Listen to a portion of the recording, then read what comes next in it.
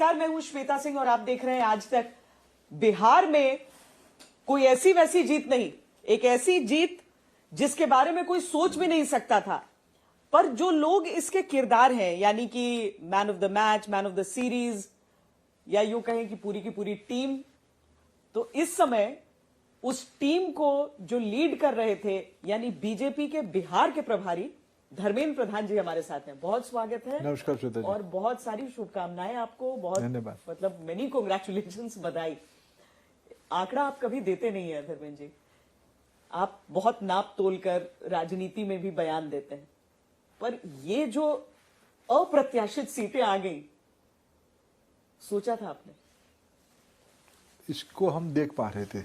मैं बिल्कुल, आपने सही कहा, मैं कभी नंबर के आंकड़ों में व्यक्तिगत रूप में फंसता नहीं हूँ, लेकिन हमारे नेता गृह मंत्री जी ने 160 का एक कैलकुलेशन बताया था, उन्होंने कुछ सोच के बताया था, उसका रीजनिंग था। लेकिन जब वोटिंग हो गई, जब 160 कहा, तब भी कई लोगों को लगा था अरे बाप रे कितना नंबर बोल दिए। लेकिन उन्होंने उसको एक अपने अनुभव से उसको देखा था, और जिस प्रकार के बाद में प्रधानमंत्री जी की कैंपेनिंग शुरू हुई, मुख्यमंत्री जी की दौरा शुरू हुआ, गृह मंत्री जी की सभाएं सर्वदूर होना शुरू हुआ, और पूरा एनडीए ने अपना ताकत जब झोंका, जिस प्रकार से वोटिंग हुई, वोट बढ़ा, और वोट जिस समूह से वोट आया, यानी महिलाओं की ज्यादा वोट आया, तब हमें स्पष्ट हो गया हम तो बहुत बड़ी विजय की ओर बढ़ रहे हैं। एग्जिट पोल की पहले हम लोगों की स्पष्टता हो गई थी कि एक बहुत बड़ी विजय। कैंपेनिंग के मैं 3-4 दिन पहले एक सुनामी की सिचुएशन हमको आ सकता है, ठीक है, इसको राजनीतिक मर्यादा में हम कहे ना कहे ये अलग बात था, एक स्पष्टता तो दिख रही थी। शिक्षा मंत्री आप हैं, लेकिन सबसे टफ पेपर आप ही को दिया जाता है हमेशा। 20 साल जहां पर शासन रहा हो, वहां पर एक बार और जीत का जो पर्चा है वो आसान नहीं होता है। देखिए, विजय तो बिहार की जनता की आकांक्षा की विजय है। उन्होंने तय किया कि हमारी 2025 से आगे शासन की दायित्व, सेवा की दायित्व किसको दिया जाए। उन्होंने पिछले 20 साल की कामों को परखा, पिछले 11.5 साल की प्रधानमंत्री जी की नीतियों को, नेतृत्व को और अप्रोच को परखा। दोनों परख करने के बाद, देखो, चुनाव में प्रतिनिधि चयन करना एक तो परख के ऊपर ही होता है ना, ये प्रजातंत्र की शर्त है। उन्होंने बिहार के पिछले दिनों के इतिहास को भी परखा, जंगल राज को भी परखा, कुशासन को भी परखा। उसकी तुलना में उनको भरोसा हुई कि नहीं, इस बार हमें फिर एनडीए को दोबारा जिताना चाहिए। नहीं सर, पर अगर केवल जंगल राज होता तो मुझे समझ में आता, क्योंकि वो चुनाव दर चुनाव आप लोग जिस तरीके से जीत रहे थे, उसमें अचानक इतना शार्प इंक्रीज नहीं दिखा था। इसीलिए जब आपने एक आकलन किया होगा, आपको ये जिम्मेदारी दी गई, मुझे याद है उससे ठीक 1 दिन पहले मैंने आपका इंटरव्यू किया था, प्रधानमंत्री का जन्मदिन हुआ था उस समय, और उसके बाद आपको प्रभारी अनाउंस किया गया और अचानक आपने झोंक दिया अपने आप को उसमें। तो आपने कुछ चैलेंजेस असर्टेन किए होंगे ना, कि ये चीज इस फील्ड में हमें काम करना है थोड़ा, या ऐसा कैसे आपने उसको अप्रोच किया? देखो, पॉलिटिकल चैलेंजेस में कहूँ, देखो, बिहार की जनता की मन तो हम पढ़ पा रहे थे, लेकिन पॉलिटिकल चैलेंज था कि इसके हमारी जो कन्वर्जन इकोसिस्टम है वो हमारे एनडीए है जी। एनडीए की यूनिटी इंडेक्स को अगर हम 100 to 100 करके रखेंगे तो हमारे सक्सेस रेट ज्यादा से ज्यादा होगा। ये एक पॉलिटिकल समझ मेरे को आ गई थी। हमने पूरा एनडीए की मन में था कि हम लोग एक होकर चुनाव लड़े। एनडीए की एकजुटता ही इस चुनाव की सबसे सफलता की चाबीकाठी रही। यही एक प्रमुख फॉर्मूला है जिसमें स्वयं प्रधानमंत्री जी बारीकी से कैंपेनिंग को मॉनिटरिंग कर रहे थे, गृह मंत्री जी बारीकी से मॉनिटरिंग को कैंपेनिंग कर रहे थे, मुख्यमंत्री जी सारे सीमा तक पहुंचे कैंपेनिंग करने में, अपने बेस्ट उन्होंने डिलीवर किया। ये सारे, जब केवल मैं सभा को नहीं कहता हूं, एनडीए की 5 पार्टियों की सैक्रिफाइस के कारण एनडीए में सहजता बनी। एनडीए की 5 पार्टियों की कोऑपरेशन के कारण कैंपेनिंग ठीक हो पाया। एनडीए की 5 पार्टियों की विजन के कारण एक अच्छा मसौदा, संकल्प पत्र हम बना पाए जो बिहार के मन को छुआ। हमारी तरीके को ही बिहार की जनता ने अप्रोच पसंद किया। एनडीए की एकजुटता ही एनडीए की सक्सेस की इंडेक्स बनी। क्योंकि मैं दोनों तरफ का, जब हम अपनी स्क्रीन पर दो तरफ चलाते हैं, एनडीए और महागठबंधन, इंडिया गठबंधन कुछ भी कहें, तो एक तरफ सभी बैट्समैन के अच्छे स्कोर दिख रहे थे, दूसरी तरफ एक बैट्समैन जो डबल डिजिट में था और उसके बाद सारे गिरते चले गए। हालांकि वो डबल डिजिट भी बहुत भारी भरकम नहीं रहा। पिछली बार जब आप लोग बड़े जो बहुत करीब आ गया था, जब महागठबंधन आप लोगों के, उस समय एलजेपी अगेंस्ट कंटेस्ट कर रहा था। एलजेपी को समझाना, उनके हितों को बताना, आपके हम पार्टी को समझाना, या फिर जेडीयू के साथ इक्वल सीटों पर आ जाना, ये सारी चीजें आप लोगों के लिए काम कर गई हैं। वहां फ्रेंडली फाइट्स हो गई 12 सीटों पर। देखो, कोई फ्रेंडली फाइट चुनाव नहीं होता है, तो एक आत्म प्रवंचना का दूसरा शब्द है फ्रेंडली फाइट। उनके वहां कभी गठबंधन था ही नहीं, नीतियों में सहमति नहीं थी, नेतृत्व में सहमति नहीं थी, और कोई स्पष्टता नहीं थी, कोई दृष्टि भी नहीं था। एक सिर्फ रिएक्शनरी फोर्स। उनके शब्द क्या था? गाली की जितने भी पराकाष्ठा हो सकता है उन्होंने सबने किया। प्रधानमंत्री जी की मां को गाली दिया, मुख्यमंत्री जी के स्वास्थ्य के ऊपर प्रश्न उठाया। बिहार की जनता ने उसको पसंद नहीं किया। और उनकी उम्र देखिए, प्रधानमंत्री और मुख्यमंत्री जी की राजनीतिक कद को देखिए, इनकी जितनी राजनीतिक उम्र है उससे उन दोनों की, एक तो बैंकरप्ट व्यक्ति है, तेजस्वी जी को अपने भाषा पे मर्यादा रखनी चाहिए था। राहुल गांधी जी सारे सीमा को पार कर रहे थे, ये बिहार को बेवकूफ बनाने का कोशिश कर रहे थे। बिहार ने उनको उचित जवाब दिया।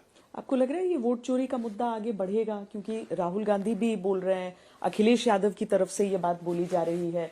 लग नहीं रहा कि नतीजे के साथ ये खत्म होगा, लग रहा है कि और देखो, ये किसी की दिवालियापन को हम क्या उत्तर दे सकते हैं? पिछले लोकसभा चुनाव में अखिलेश जी को इतना सफलता मिली, तब वोट चोरी हुई थी कि नहीं हुई थी? लोकसभा वाले में तो लोकसभा से तो वोट चोरी की बात कह रहे ना। जब उनकी सरकार तेलंगाना में बनी, वोट चोरी हुई कि कैसे हो गया? हिमाचल में उनकी सरकार बनी तो कैसे हुआ था सरकार? झारखंड में हम लोग चुनाव हारे, जीते तो नहीं, तो वोट चोरी कहाँ गया? ये जो एक अच्छा माने विचित्र प्रकार की मौका परस्ती है, वैचारिक दिग्भ्रमता है, बैंक्रप्सी है। भारत की प्रजातंत्र में मेनस्ट्रीम पार्टी का बैंक्रप्सी इस प्रकार की कभी नहीं हुई थी। आज सही कहा प्रधानमंत्री जी ने, इस प्रकार की बैंक्रप्सी आजादी के पहले मुस्लिम लीग के अंदर आ चुकी थी।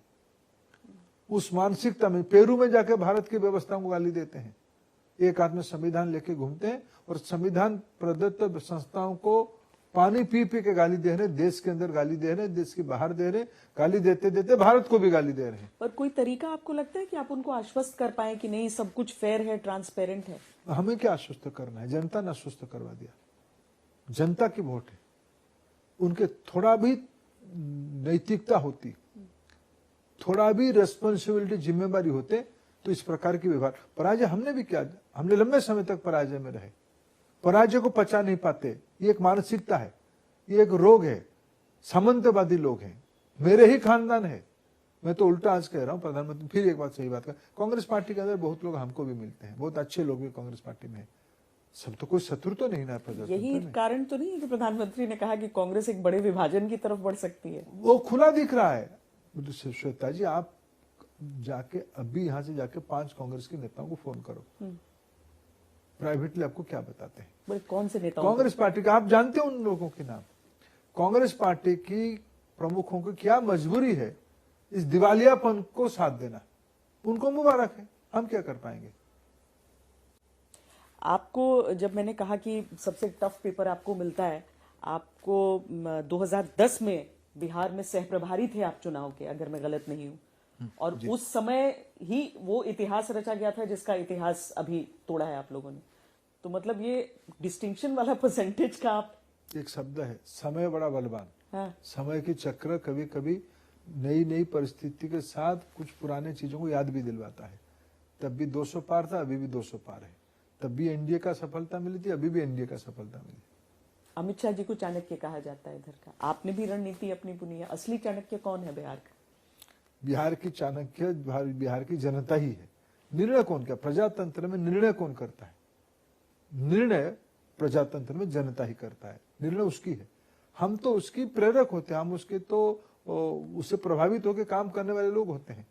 जनता के मन मिजाज को प्रजातंत्र में समझना सबसे बड़ा अध्ययन है। आज एनडीए उसके आशीर्वाद लिया है। धर्मेंद्र प्रधान जी, बिहार में अलग अलग हिस्सों में पदयात्रा करते हुए मैंने एक चीज नोटिस किया कि बीजेपी के जो कार्यकर्ता थे वो भी एक एस्पिरेशन लेकर जी रहे हैं कि शायद बीजेपी का भी कभी कोई मुख्यमंत्री बने। आप लोग से बार बार ये सवाल पूछा जाता है कि नीतीश कुमार क्या बनेंगे, नहीं बनेंगे।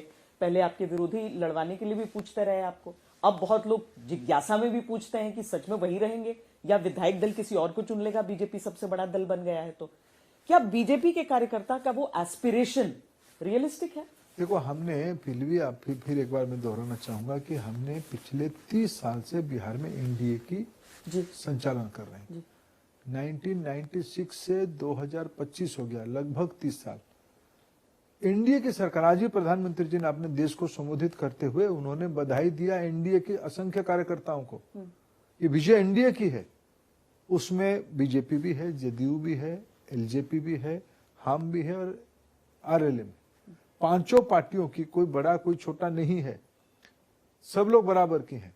सबके राजनीतिक कद काठी अनुभव अलग अलग है, लेकिन एकजुट होके एक मुट्ठी बना है, ये इसका नाम है एनडीए। आज हमारी एब्सोल्युटली ये सब विरोधियों की नाकाम कोशिश रहा, हमारी स्पष्टता थी। आज भी प्रधानमंत्री जी ने उनको दोहराया कि हम एनडीए की विजय को सम्मानित करते हैं। बधाई दिया उन्होंने एनडीए के कार्यकर्ताओं को, बिहार की जनता को देने के बाद, और कहा कि मैं प्रण करता हूं कि मैं बिहार की विकास करूंगा। जिसकी प्रधानमंत्री बिहार की एनडीए की नेता है, उन्होंने दायित्व लिया, जिसमें नीतीश कुमार के फेस की सहज है, स्वाभाविक है। फेस का रोल आप लोग मान रहे हैं कि भाई हमने चुनाव उस कैंपेनिंग उसी के ऊपर लड़ा है, नीतीश कुमार के फेस पर बिल्कुल लड़ा है। प्रधानमंत्री ने कहा हम दोनों भाई मिलकर काम करेंगे। ये प्रश्न शायद पत्रकारों के लिए हो सकती है, बिहार की जनता के लिए नहीं। और उस तरफ जैसे वहां तो डिप्टी सीएम का भी फेस का ऐलान हो गया था। देखो उनको क्या करें, देखो मैं तो कहूँ क्या बात कहे सोते जी, आप तो बिहार घूमे हो, आप दरभंगा भी गए होंगे। जिस दिन सुबह तेजस्वी यादव, संतोष माझी जो गोराबोरा में लड़ रहे थे वीआईपी पार्टी के, हमारे मुकेश भाई की छोटे भाई, मुकेश साहनी जी के छोटे भाई चुनाव लड़ रहे थे, सुबह कह के आए ये मेरा भाई है, उसको वोट दो। महागठबंधन की प्रत्याशी हुई है, शाम को उसको विड्रॉ करना पड़ा मुकेश साहनी जी को। शुरू से अंतर विरोध में रहने वाला, जिसके भाई को अपना प्रत्याशी टिका नहीं पाया, वो उप मुख्यमंत्री बनते। ना छो मन घी कभी होगा, ना राधा नाचेगी, ना कभी और कुछ आगे बात बढ़ेगी।